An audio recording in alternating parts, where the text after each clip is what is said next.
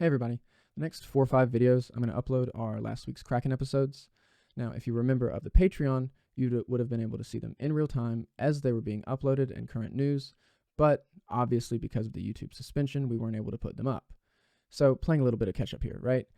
Now, as I speak, Dave is uploading his episodes to the Dropbox. I will be editing them throughout the night, and they will go online. That's not to say that we expect anyone to be waiting up to watch them. They will be here in the morning, along with loads of other content coming throughout the day tomorrow. So we're excited for it. I think y'all will love these topics. They're really, really cool. And I hope you guys enjoy these Kraken episodes. Hey, everybody. It's Camden here with Generation Z Podcast. And I hope you've had a good day because I think Congress is about to have a bad one by the end of this video.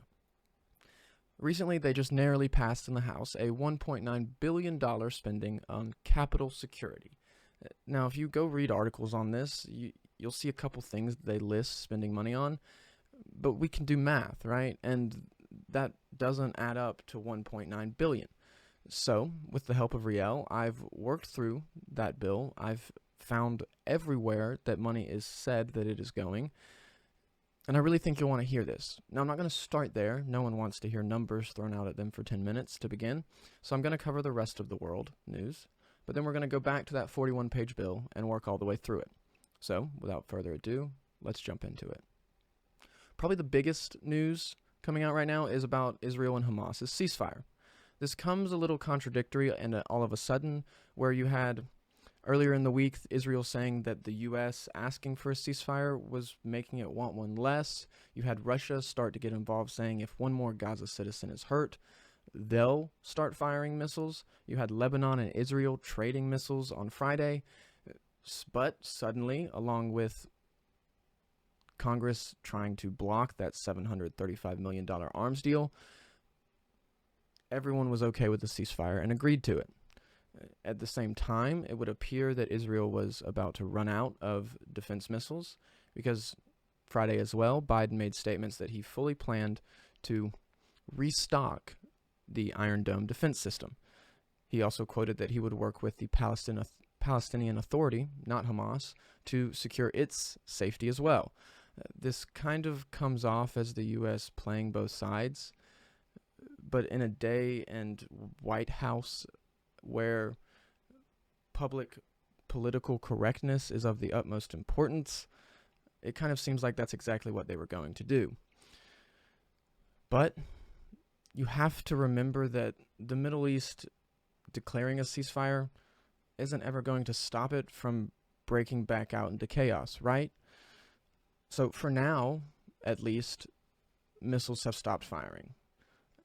But we'll have to assume that this isn't the end of it. A massive, massive destruction was laid waste to large parts of the region, and something's going to have to be done about that in and of itself. Now, of course, we also have a public health concern rising, and it's not COVID-19.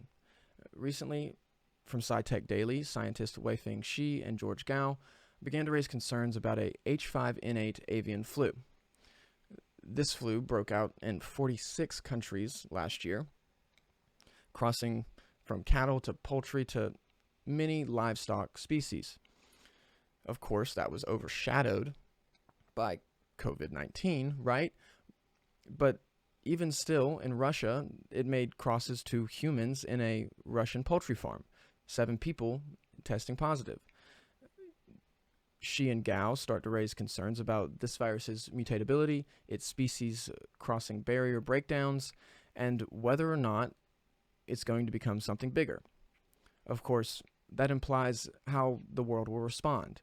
Are we going to respond with an emergency access vaccine push, or are we going to respond, in my opinion, a more measured, appropriate way of telling people to exercise, work on their vitamin D, vitamin C, personal health? Are we going to focus on the terrain, or are we going to go back to this bubble boy outlook of locking yourself in your house and waiting for Uber Eats to deliver you food? One of them seems to be proactive, while the other is very, very passive. If we keep taking the back seat to these public measures, nothing will ever really progress. In my opinion, we have to be hyperactive to a hyper-aggressive nature world. Nature is not going to stop throwing sickness at us. It's never going to stop evolving into new things. That's what nature does. It overcomes things in its way, whether those things are protective blocks against bad, or they're new kinds of gut biomes and microbacteria that are actually helpful to us. So I'm really hoping to see a more measured response, especially after the way that I think governments are starting to notice people really, really did not like their policy regarding the pandemic last year. But it's definitely something that we'll have to keep an eye on. Also, in Europe, the UK reported its lowest mortality rate since records started to be kept. In April, it reported 851 people per 100,000 people died, period, from anything. That's, of course, compared to last year's mortality rate in April at 1,800 people. But, of course, the UK is still in lockdown. You have to wonder if policy is being driven by data, as they say, trust the science, trust the data, or if it's being driven by fear and political correctness and making sure everyone stays happy in the internet echo chamber, right? Hopefully, some of that policy starts to change with these new figures. But, of course, that's not what's being reported in the UK. The UK is instead focused on a news story where it's admitting that the BBC used deception to get a very, very famous 1995 interview from Princess Diana. To me, it doesn't make sense why this is being covered, if not to deflect from other real news. Like, seriously, move on, right? I mean, I know that Prince Harry and Meghan Markle are very much so in the news as of late for their, well, pandering to Hollywood and abandoning the British crown, moving here, starting to try to acquire Netflix deals and Disney deals. These people are out of touch. They're not trying to give you the real happenings of the world. They're trying to distract you. They're trying to make you think of things from the past, things that are at this point absolutely unchangeable. It doesn't matter what Prince William's statement is on all this and how he talks about, in a day and age of fake news, it's very important that media ask the tough questions. Oh, you're not asking real tough questions. You're asking tough questions of retrospect. How about you talk about that mortality rate? How about you talk about the fact that things aren't changing even though things are getting better? But these are the stories that the BBC puts out, and that's why they're state media, right?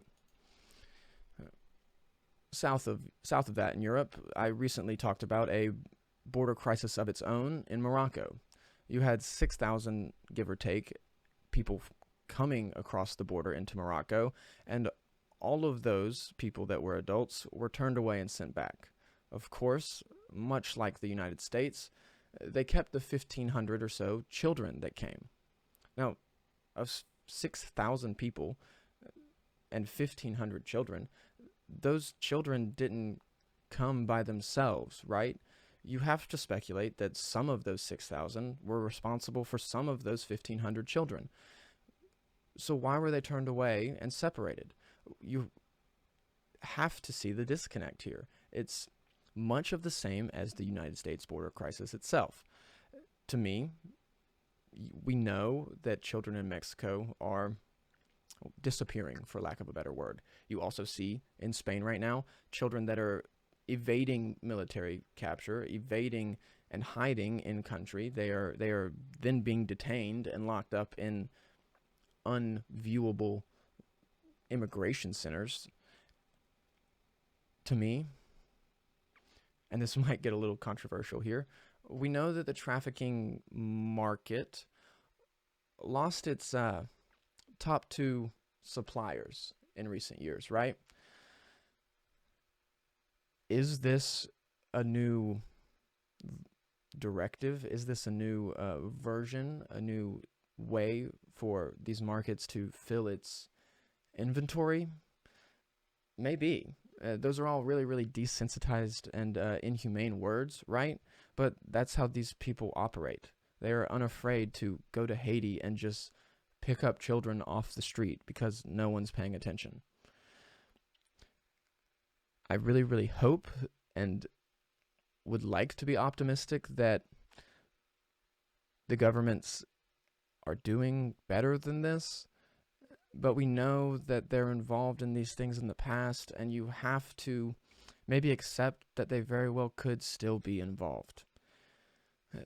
There is good news, though, coming out of Europe again. A French court this week blocked an article on a bill that would have made it illegal to film police, maliciously, it says, with punishment of jail time and 75,000 euros. Now, I don't like the way police have acted. I also don't like the way that before a police officer even comes up to your window, you've already started recording, right? These are humans too. We need to show a little human-to-human respect in all walks of life. You shouldn't go to jail for 5 years because you were trying to give yourself a defense, but you also shouldn't be so quick to assume that you're going to need one. Now, the court in France said that the legislature has not sufficiently defined the elements constituting the offense. It says that they're too vague and susceptible for multiple interpretations. And I really like this. I mean, these are institutions that we have to protect and have to assume are going to protect us. It doesn't seem like they have as of late, right? But we need to not turn a blind eye to having faith in them so quickly. You really want to see this kind of policy being carried out around the rest of the world. It isn't all going well for France, right? You have civil war of its own maybe breaking out there, but it seems like they're still focused on objective sovereignty of rights in at least some ways. Now, speaking of sovereignty of rights, we're going to get into this $1.9 billion capital security bill. It's a little vague, it's a little ambiguous, but I'm going to try to break it down and infer what they mean as best I can. So, the first thing in this bill, $16.49 million to a sergeant at arms and doorkeeper of the Senate. You may not know what that is. It's kind of the next level up, the higher ranking, the kind of in the Vatican, the Swiss Guard of the Senate and House of Republicans. They don't really need to differentiate here, but they've decided to. Along with that, $22,186,000 are for allowances and expenses until September 30th, 2022, necessary for business continuity and disaster recovery. Now that is separate from that $16 million. That is supposed to be, I guess, used in different ways. It is not listed how they will be used in different ways, but it is separate. $500,000 of that may be transferred to the Office of the Employee Assistance of the Sergeant of Arms and Doorkeeper of the Senate.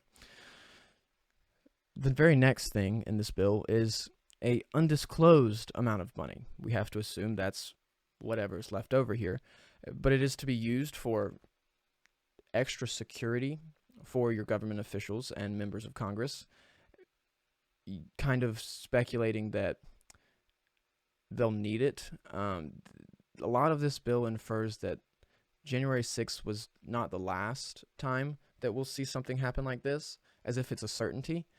I don't know what they know, but they certainly haven't told us. But another stipulation of that fact is that this will include delegates and the resident commissioners of Congress only if enhancement is deemed necessary by the House of Representatives. So that means not everyone is going to get increased security. You would like to believe or speculate that it's going to be your fan favorites, your Illinois Mars, your AOCs, your Marco Rubios, your Ted Cruzes, your Nancy Pelosi's. Those are the people that will probably be getting heightened security, I guess because there's lots of scrutiny and focus on them, but not everyone's going to get it. I guess that's why it remains an undisclosed amount of money for that protection. Very next thing, it gets into the Capitol Police. $37,495,000 is given to the Capitol Police for salaries. $3.6 million of that shall remain available until expended for retention bonuses. $6.9 million of that shall be made available for hazard pay for employees of the Capitol Police, and $1.36 million of that shall be made available for the wellness program of the Capitol Police. Now, immediately following that, in their own words, they say, amounts provided under this heading in this chapter may be transferred between the headings salaries and general expenses under the heading Capitol Police for the purposes specified under the heading of this section 1001 of the Legislative Branch Appropriations Act. To me, those words mean that they're telling you they're going to shuffle money around. They're going to move it from over here to over here as they see fit and necessary. They throw a lot of word jumble out at you, but it's so that you don't get what they mean, so you don't know what they're doing. Next on this bill, we get to general expenses. It lists $41,769,000 that of such amount, such sums as necessary may be used to restore amounts, either directly or through reimbursement, for obligations incurred for such purposes by the Capitol Police prior to the date of the enactment of this act. Again, word jumbles, right? It speaks to me to a bigger problem in legal proceedings and legal action in this country and worldwide, to a vague interpretation to give leeway to be used however they can use it. You would like to see some more specificity,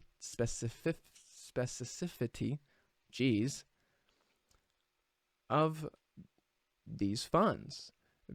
People want to know where their tax dollars are going, right? People want to know what it's being spent on. But the language of the law is set up so that you don't. $2.68 million of that shall remain available until expended for physical protection barriers and various civil disturbances unit equipment. That's speaking of your riot police, your SWAT teams, your 3 fence lines around the White House, which, according to this, seem like they're not going away, right? In their exact words, physical protection barriers under this heading in this chapter may be transferred and merged with Capitol Police Building and Grounds account of the architect of the Capitol for similar purposes, according to the section. Right, okay.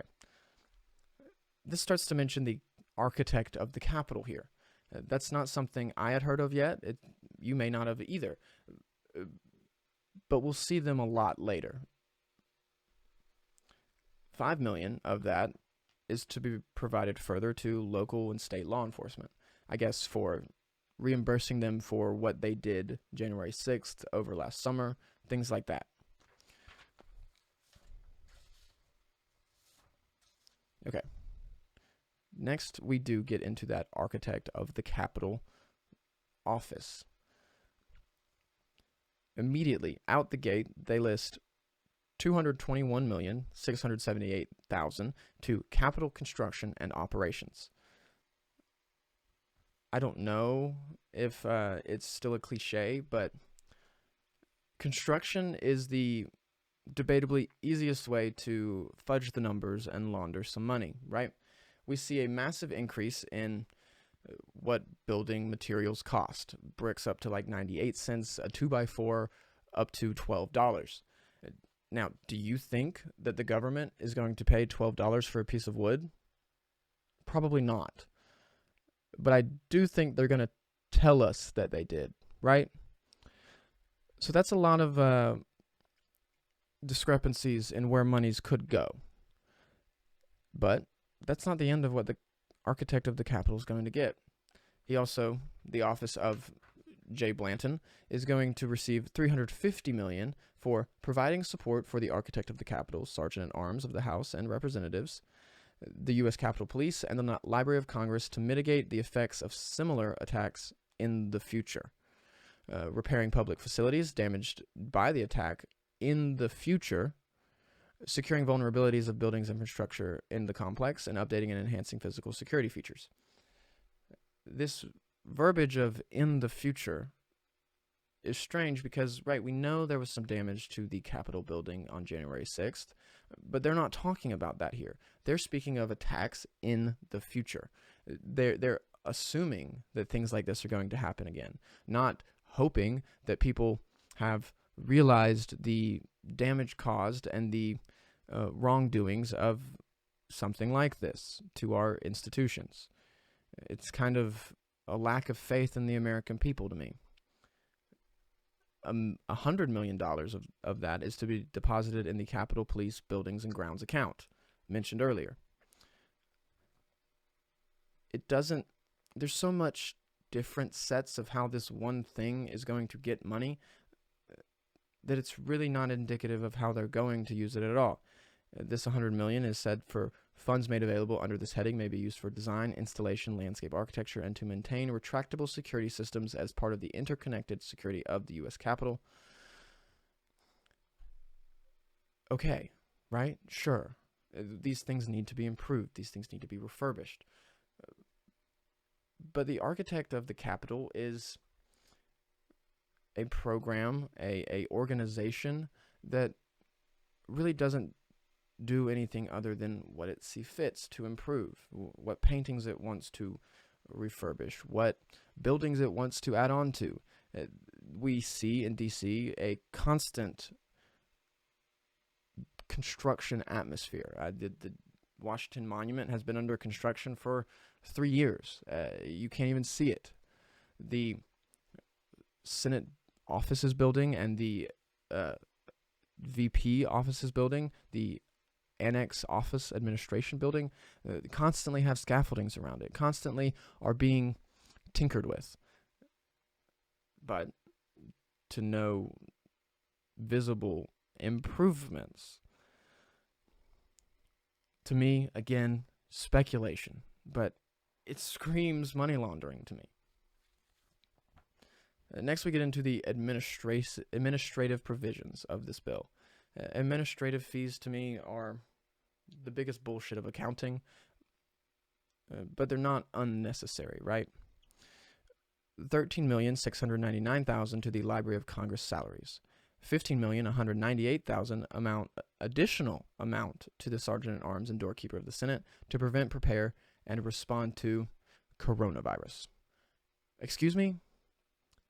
How is the security at the Capitol responding and preventing coronavirus? For one, that pandemic is dwindling. It is out. It is fizzing out. Why are we still spending money proactively on it?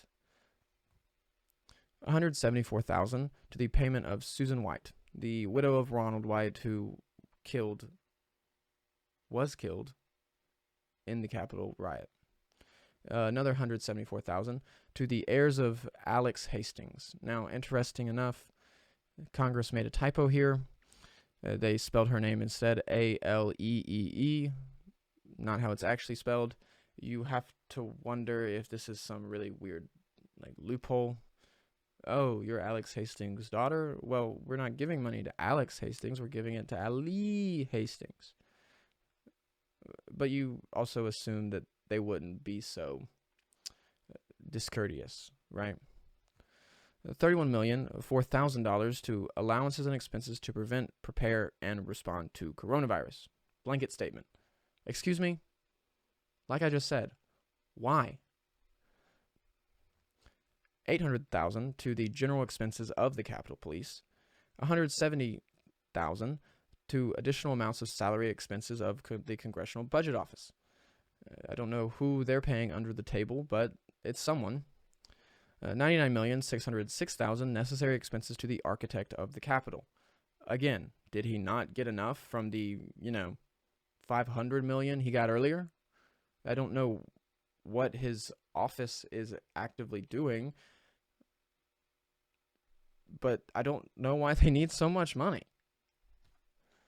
They list this as $16,223,000 to the additional amount of salary and expenses Library of Congress. Now they got $13 million earlier in the bill. Now they're getting $16 million more to prepare, prevent, and respond to the impacts of coronavirus.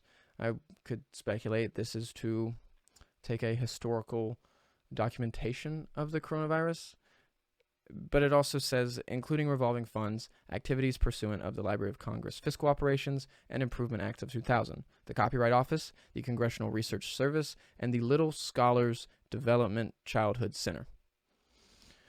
I don't know what that is there at the end, but I also don't like how it sounds, right?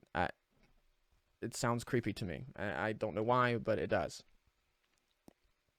$50,000 may be made available for transfer of all necessary expenses of the Congressional Research Service. $7,300,000 for the Government Publishing Office. The Government Publishing Office screams propaganda. We know the U.S. engages in propaganda. I guess now we know what their budget is, right? $3.8 million to the Department of Justice Legal Activities for the Criminal Division. $34 million to remain available for necessary expenses related to the prosecution related to the January 6th Capitol riot. That means probably they think they're going to have more than a couple trials on people of this attack. We know the FBI's, billboard advertisements of please report anyone that you know, but this is a big budget for prosecution.